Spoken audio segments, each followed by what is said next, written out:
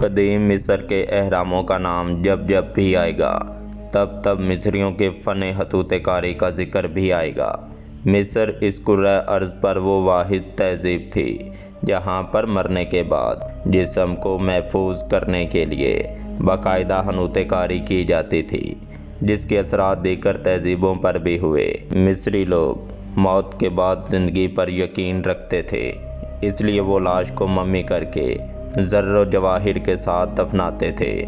پاکستان میں دریافت کی جانے والی ممی کے بارے میں 26 اکتوبر 2000 کو کراچی پولیس اور قومی عجائب گھر کے عہدیداروں نے ممی کی دریافت کا اعلان باقاعدہ ایک پریس کانفرنس کے ذریعے کیا، جس میں پولیس کے اعلیٰ نمائندوں کے ساتھ قائد اعظم یونیورسٹی اسلام آباد کے محکمہ آثار قدیمہ کے پروفیسر ڈاکٹر احمد حسن دانی بھی موجود تھے۔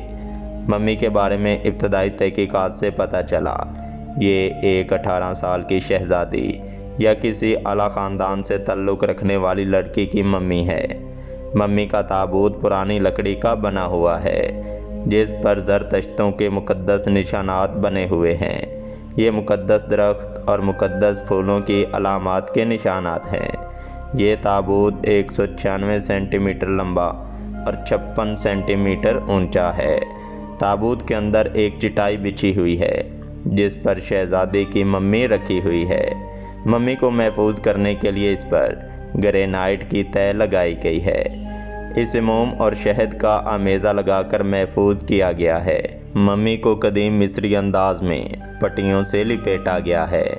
ممی کے سر پر 7 مقدس درختوں کا تاج ہے جسے چہرے کے ساتھ اوپر اوڑے ہوئے سنہرے ماسک کے ساتھ ملایا گیا ہے۔ ماہرین کے مطابق 7 درختوں سے 7 مقدس آسمانوں کو ظاہر کیا گیا ہے۔ اس حوالے سے زرتشتوں میں کئی مذہبی کہانیاں مشہور ہیں۔ ممی کے سینے پر سونے کی پلیٹ بھی لگی ہوئی ہے جس پر تکونی زبان میں تحریر موجود ہے۔ ماہرین کے مطابق اس میں شہزادی کے بارے میں تفصیلات لکھی ہوئی ہیں۔ ممی کو دیکھنے کے بعد جو سب سے پہلا سوال ذہن میں ابھرتا ہے وہ یہ ہے کہ یہ ممی کس کی ہے۔ اس سوال کا جواب تلاش کرنے کے لیے ماہرین اپنی کوششوں میں لگے ہوئے ہیں۔ ناظرین محترم، آپ دیکھ رہے ہیں غازی چینل اور میں ہوں جمشید مشتاق۔ اس ممی کی اصل تاریخ کی تصدیق سونے کی پلیٹ پر لکھی تکونی تحریر کو پڑھنے کے بعد ہی کی جا سکتی ہے۔ ابتدائی تحقیقات سے جو معلومات ملی ہیں اس کے مطابق یہ ایک 18 سال کی شہزادی کی حنوط شدہ لاش ہے جس کا نام رالا گیان یا ٹنڈل گیان ہے۔ 2600 سال پرانی اس ممی کا تعلق قدیم فارسی شاہی خاندان خمام النشیان سے تھا جس کا پہلا بادشاہ خراش الخبیر تھا۔ اس ممی کا تعلق 590 سے 640 قبل مسیح کے زمانے سے لگتا ہے۔ یہ زمانہ سائرس اول اور اس کے بھائی آریہ رامز کے دور حکومت کا تھا۔ اس کے بھائی کے زمانے کی تختی اتفاقیہ طور پر ہمدان میں دریافت ہوئی ہے جس میں تکونی شکلیں بنی ہیں اور قدیم ایرانی تحریر لکھی ہوئی ہے۔ یہ تختی قدیم ترین چیز ہے۔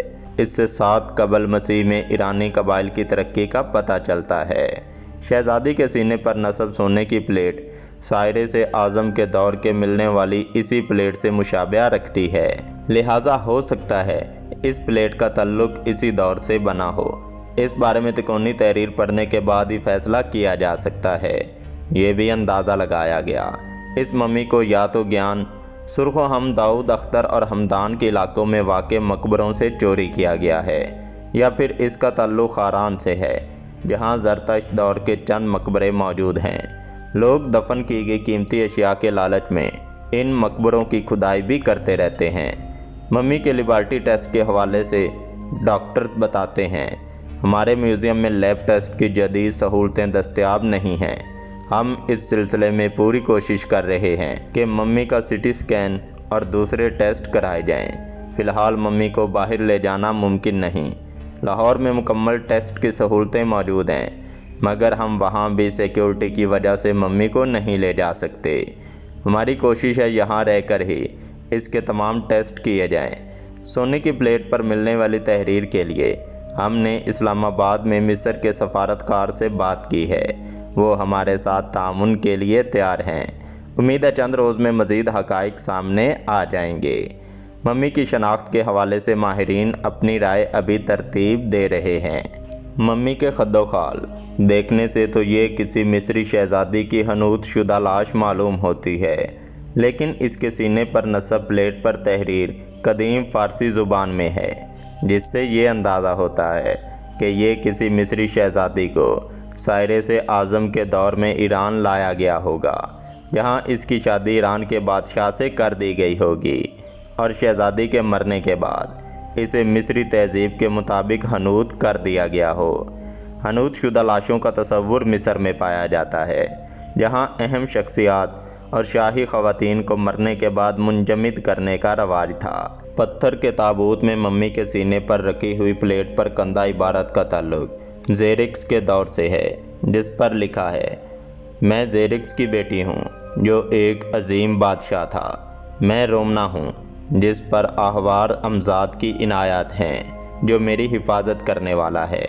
تابوت کے بالائی حصے کے ڈھکنے پر بھی یہی عبارت درج ہے، سوائے چند لفظوں کے، تاہم اس کا نام رودنا اسی انداز میں لکھا ہوا ہے۔ اس ڈھکنے پر لکھی ہوئی دو عبارتوں کے اطراف میں 2 سطروں میں اوپر سے نیچے کی طرف یہ دعائیہ عبارت تحریر ہے: یہ سب احوار امزاد کا کرم اور مدد ہے، جس کے زیر سایہ اس عظیم سلطنت کی تخلیق ہوئی۔ احوار امزاد ہمارا دوست اور محافظ ہے، جس نے اس سلطنت کو تخلیق کیا۔ پتھر کے تابوت پر کندہ ہے، رومنا کی حفاظت کر اور اس پر اپنی عنایت نازل فرما۔ ممی کے سینے پر رکھی سونے کی پلیٹ پر درج ہے: میں سائرس کی بیٹی ہوں جو ایک عظیم بادشاہ تھا، رومنا ہوں۔ چنانچہ آپ دیکھتے ہیں کہ ممی کے نام میں مختلف عبارتوں میں تھوڑا سا فرق ہے، جو غالباً کسی غلطی کا نتیجہ ہے۔ اس کے علاوہ قواعد کی بھی کچھ غلطیاں ہیں، تاہم یہ عبارتیں صحیح اور بامعنی ہیں۔ ایسا بالکل نہیں لگتا کہ کسی نے خود اسے لکھنے کی کوشش کی ہے یا کسی نے دھوکہ دینے کے لیے ایسا کیا ہے، چونکہ یہ ممی دریافت ہونے کے بعد سے مختلف قسم کی آب و ہوا اور موسموں سے گزر چکی ہے، جس سے اس کی حفاظت کو خطرات لاحق ہو سکتے ہیں۔